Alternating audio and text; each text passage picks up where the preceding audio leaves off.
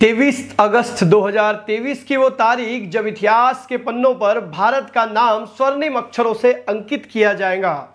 जी हाँ दोस्तों, 23 अगस्त 2023 को शाम 6:04 पर भारत ने वो कर दिखाया है जो सारी दुनिया में कोई भी देश अब तक नहीं कर सका है। जी हाँ, चंद्रमा के साउथ पोल पर सॉफ्ट लैंडिंग। दोस्तों, आज इस वीडियो में हम चंद्रमा का पूरा सफर समझेंगे। जो सफर कब शुरू हुआ, कैसे शुरू हुआ। ना सिर्फ भारत का सफर बल्कि दुनिया का हर देश इस चांद पर जाने के लिए कब से प्रयास कर रहा है और वो कितना सफल है और भारत कितना सफल है। इन सारी बातों को हम इस वीडियो के माध्यम से समझने की कोशिश करेंगे। नमस्कार दोस्तों, मैं हूं अंकित मिश्रा और फिर हाजिर हूं आपके सामने एक नए इंफॉर्मेशनल वीडियो के साथ।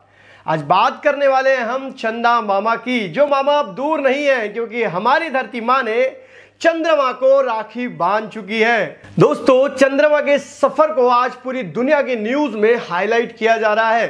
सारी दुनिया कह रही है कि भारत चंद्रमा के साउथ पोल पर पहुंचने वाला दुनिया का पहला देश बन गया है और चंद्रमा पे सॉफ्ट लैंडिंग करने वाला दुनिया का चौथा देश। जी हां, रशिया, अमेरिका और चाइना के बाद आज हम पहले चंद्रमा पे जाने वाले देशों के बारे में इंफॉर्मेशन लेंगे, उसके बाद हम भारत पर आएंगे। दोस्तों, चंद्रमा पर जो मिशन भेजे जाते हैं उसके 5 प्रकार होते हैं। पहला प्रकार होता है फ्लाई बाय मिशन, जिसमें हमारा सैटेलाइट चंद्रमा के पास से गुजरता है। वो चंद्रमा पे ना लैंडिंग करता है ना कुछ करता है, बस वो चंद्रमा के पास से गुजर जाता है। जनवरी 1959 में ऐसा करने वाला रशिया दुनिया का पहला देश बन गया। जी हां, दूसरा जो मिशन होता है वो होता है ऑर्बिटर मिशन। जी हां, ऑर्बिटर मतलब चंद्रमा के ऑर्बिटर में सैटेलाइट घूमते रहता है और उसकी पिक्चर्स खींचता है। यह काम करने वाला भी पहला देश रशिया ही है। Yes, 1966 lunar 9। उसके बाद जो मिशन आता है वो आता है इंपैक्ट मिशन। इसमें हमारे ऑर्बिटर से एक इंस्ट्रूमेंट क्रैश लैंडिंग करता है चंद्रमा की सतह पर और उस क्रैश लैंडिंग में उस इंस्ट्रूमेंट पे क्या इंपैक्ट हुआ है इसकी इंफॉर्मेशन हमें उससे मिलती है। ऐसा करने वाला भी पहला देश रशिया ही है। लेकिन भारत ने 2008 में जो अपना चंद्रयान मिशन भेजा था, उस मिशन में भारत ने इंपैक्ट लैंडिंग करवाई थी और उसी के द्वारा सारी दुनिया को यह पता चला था कि चंद्रमा के साउथ पोल पर पानी है। जी हां, और तब से ही सारी दुनिया चंद्रमा के साउथ पोल पर जाने की होड़ में लग चुकी है। लेकिन आज तक कोई भी देश चंद्रमा के साउथ पोल पर नहीं जा सका, छोड़कर भारत को। जी हां, भारत ऐसा करने वाला पहला देश बन चुका है।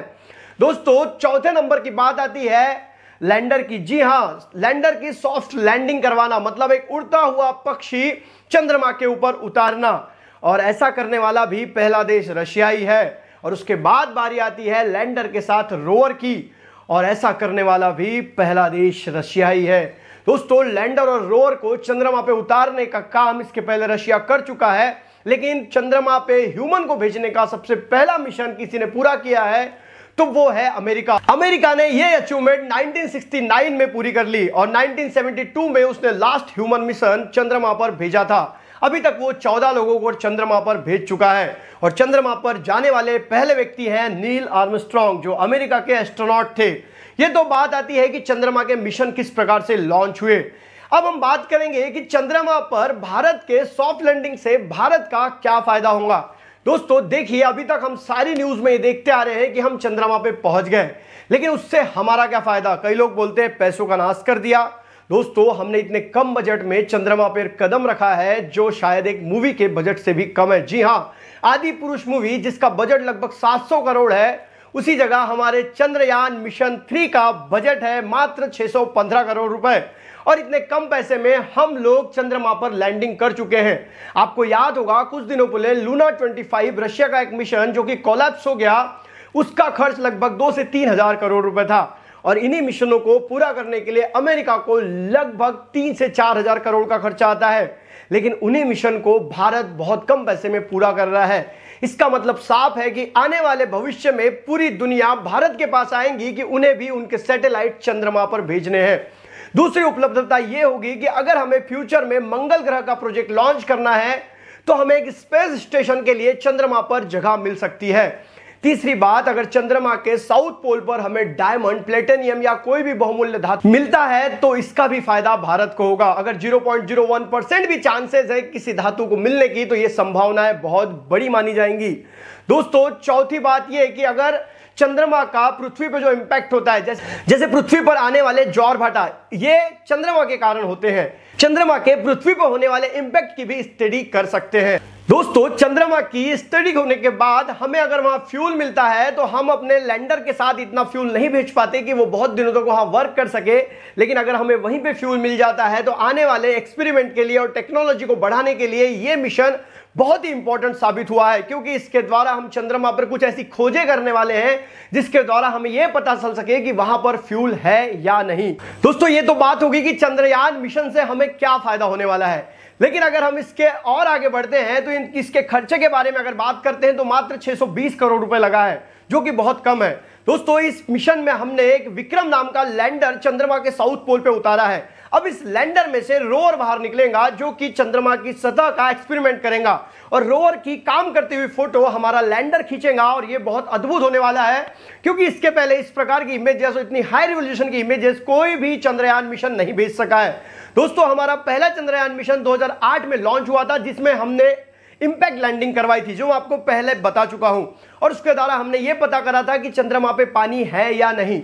हमारा जो चंद्रयान मिशन 2 था वो हमारा मिशन फेल हो चुका था, जिसमें हमारा लैंडर विक्रम जो सॉफ्ट लैंडिंग नहीं कर पाया था। उसके बाद जो कमिटी बनी उस कमिटी ने हमें बताया कि हमारा जो विक्रम लैंडर है वो अपनी स्पीड कम नहीं कर सका, और जिसके कारण वो क्रैश हो गया और चंद्रमा की सतह से जाकर टकरा गया, और इसीलिए ना वो रोवर काम आया ना लैंडर काम आया। लेकिन चंद्रयान मिशन 2 में भेजा गया ऑर्बिटर आज भी चंद्रमा के चक्कर लगा रहा है, और वही ऑर्बिटर हमें चंद्रयान मिशन 3 में भी काम आने वाला है। दोस्तों चंद्रयान मिशन 3 को लेके जाने वाला प्रोपेंडल, जी हाँ, जो एक पालकी थी, वो पालकी अभी भी चंद्रमा के ऑर्बिट में घूम रही है, और उसकी भी मदद हम इमेजेस लेने के लिए कर रहे हैं। मतलब ये कि हाल फिलहाल चंद्रमा के आसपास हमारी 4 इंस्ट्रूमेंट हैं, हमारा रोवर प्रज्ञान, हमारा लैंडर विक्रम, हमारा प्रोपेलैंडर जो चंद्रमा के आजू बाजू घूम रहा है, और हमारा ऑर्बिटर जो 2019 में छोड़ा गया था वो भी चंद्रमा के ऑर्बिट में परिक्रमा कर रहा है। अब रोवर द्वारा दी गई इंफॉर्मेशन लैंडर के पास आएंगी, और लैंडर की इंफॉर्मेशन ऑर्बिटर के पास जाएंगे, और उसके बाद वो भारत पहुंचेंगी। दोस्तों सबसे इंपॉर्टेंट ये है कि हमारा मिशन वहां पर कितने दिन रहने वाला है। अब दिनों तक अभी दिन होगा, और उतने दिनों में हम सारी की सारी इंफॉर्मेशन कलेक्ट करने वाले हैं। दोस्तों हमारे साइंटिस्ट लोगों ने इस बार इतनी बेहतरीन तैयारी की थी कि उन्हें पता था कि हमारा जब चंद्रयान वहां पर लैंड करेगा उस समय वहां दिन होगा, क्योंकि दिन में चंद्रमा का टेम्परेचर लगभग 158 डिग्री सेल्सियस होता है, और यही टेम्परेचर रात में -173 डिग्री सेल्सियस हो जाता है। हमारा लैंडर और रोवर रात में काम नहीं करने वाला है, हमारा रोवर दिन में काम करने वाला है, और 1 लूनार डे मतलब लगभग 14 दिन हमारे रोवर को वहां पर मिल रहे हैं काम करने के लिए, जो हमारे देश के लिए एक बहुत बड़ी उपलब्धि है। आपको यह जानकर हैरानी होगी कि विक्रम लैंडर जब सतह से 30 किलोमीटर ऊपर था तब उसकी स्पीड लगभग 6000 किलोमीटर प्रति घंटे से ज्यादा थी, और जब उसने लैंड किया तो उसकी स्पीड 0 किलोमीटर प्रति आवर थी। अब आप अंदाजा लगा सकते हैं कि विक्रम लैंडर ने अपने वेलोसिटी को कितनी स्पीड में कम किया, जो करने में रशिया का लूनार 25 असफल रहा था। मतलब हम एक जंग जीत चुके हैं, और अभी हमारी जंग जारी है, क्योंकि हमारा रोवर वहां से जो इंफॉर्मेशन हमें भेजने वाला है वो सारी दुनिया के लिए बहुत ही इंपॉर्टेंट होने वाली है। इसलिए चंद्रयान मिशन के आने वाली इंफॉर्मेशन के वीडियो जरूर देखें, हम इसी चैनल पे इसकी सारी इंफॉर्मेशन लेकर आएंगे। दोस्तों बात करते हैं इस मिशन में हमारे काम आने वाले वैज्ञानिक। जी हां, पर्दे के पीछे के हीरो, जिसमें सबसे पहले हीरो हैं हमारे इसरो के चीफ एस सोमनाथ, दूसरे व्यक्ति हैं BN रामकृष्णा, तीसरे UR राव, चौथे व्यक्ति M शंकरम, पांचवें व्यक्ति S मोहन कुमार, सातवें व्यक्ति V नारायणन। जी हाँ, विक्रम साराभाई स्पेस सेंटर के चीफ।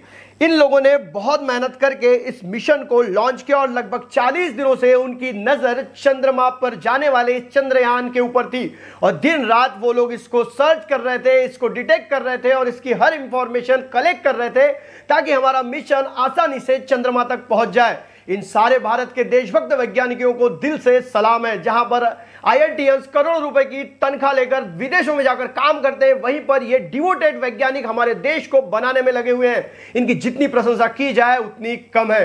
अंत में मैं इतना ही कहना चाहता हूं कि भारत एक ऐसा देश है जो आने वाले समय में विश्व पटल पर सबसे बड़ी ताकत बनकर उभरेगा, और इसको ताकत बनाने वाले हैं हमारे वैज्ञानिक, हमारे देश के लोग, हमारे स्टूडेंट और सारा का सारा देश। तो हमें गर्व है ऐसे देश में पैदा होने पर। जय हिंद, वंदे मातरम।